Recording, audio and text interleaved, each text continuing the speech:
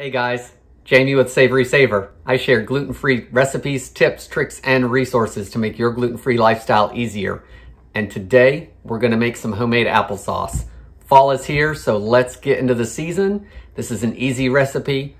Takes just a few ingredients and a few minutes of your time, and you've got some homemade applesauce for you or the kids. Guys, before we get started, let's quickly go over our ingredients.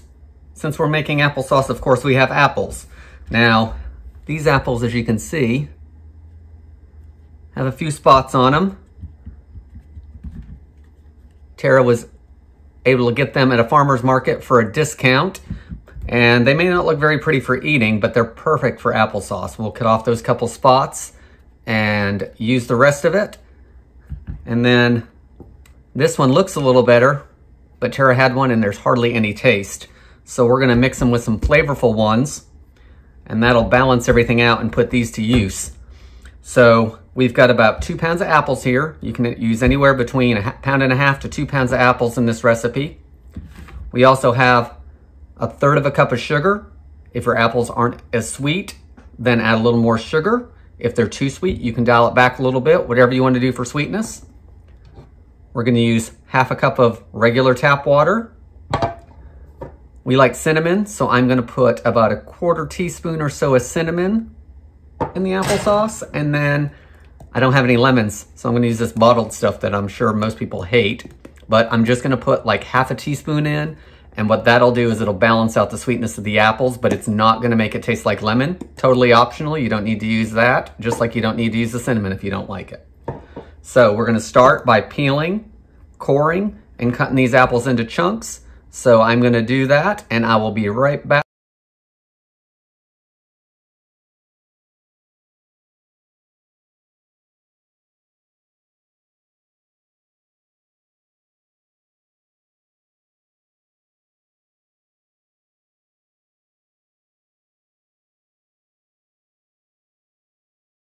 Okay guys, our apples are all peeled. We just need to core them and cut them into chunks. We'll cut off any spots that don't look good when we do it. These are Max, and I think these are Cortland's or something that Tara picked up, but honestly, any apple will make applesauce, so don't worry about what that recipe says, mine or anyone else's. Use your favorite apples to make applesauce and adjust that sugar and anything else you put in it. It'll all cook down. So what I like to do when I'm coring the apples is we're gonna give it a cut right down the middle, and then down the middle again on each one. A little bit of skin is okay. It'll blend up and cook down. And then I just like to take it and not try to cut myself. You just want to take it and cut that core out. And then push that off to the side. Again, we're gonna take that core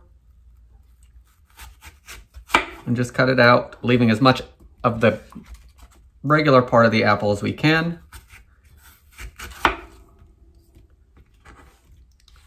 The other thing you can do is lay it flat and just cut it like that. That also works. And then you want big chunks, guys.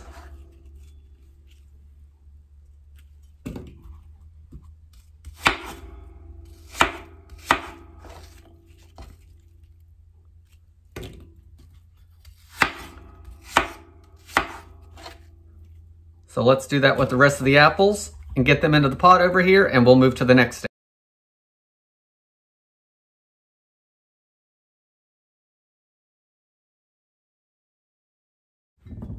Okay, our apples are all cut up. Now we're gonna add our ingredients.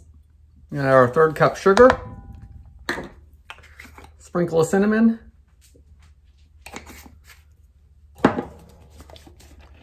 little bit of lemon juice,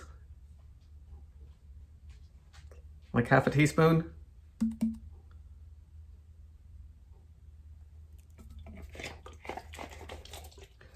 Our 1/2 cup water. We're gonna give it a stir. Just get that sugar and cinnamon moved around a little bit.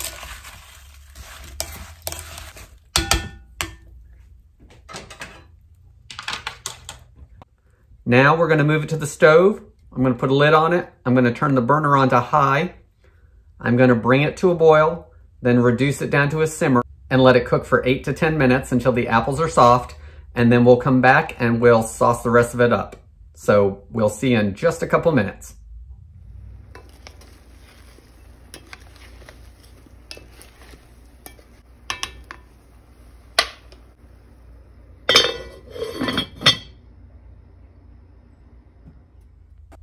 Guys, we are back.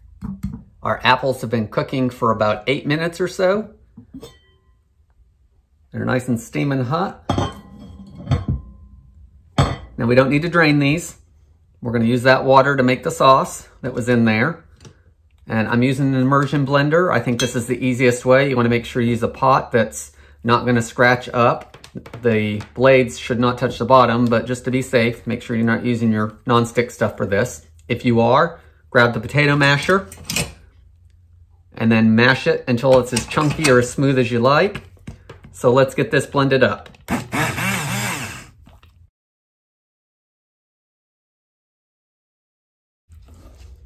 So our applesauce is done. There's a couple little bits of skin in there from what we didn't peel off, but that's not a problem at all. It's homemade.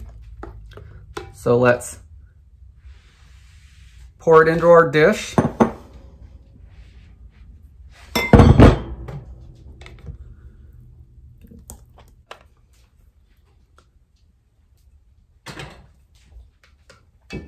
And I know you guys saw that I did not clean out that pot, but I'm gonna clean that out as soon as I give this a taste, and we'll make sure we don't waste any of it. So it's still warm, so we'll try it hot, but it's probably gonna be better for your kids. They're probably used to it being cold. So I'll pop it in the fridge, covered, and we'll have applesauce for the week. So let's get ready to give that a taste. Guys, our applesauce is done. Here's a spoonful of it. You can still see all that steam coming off of it. So let's give it a taste.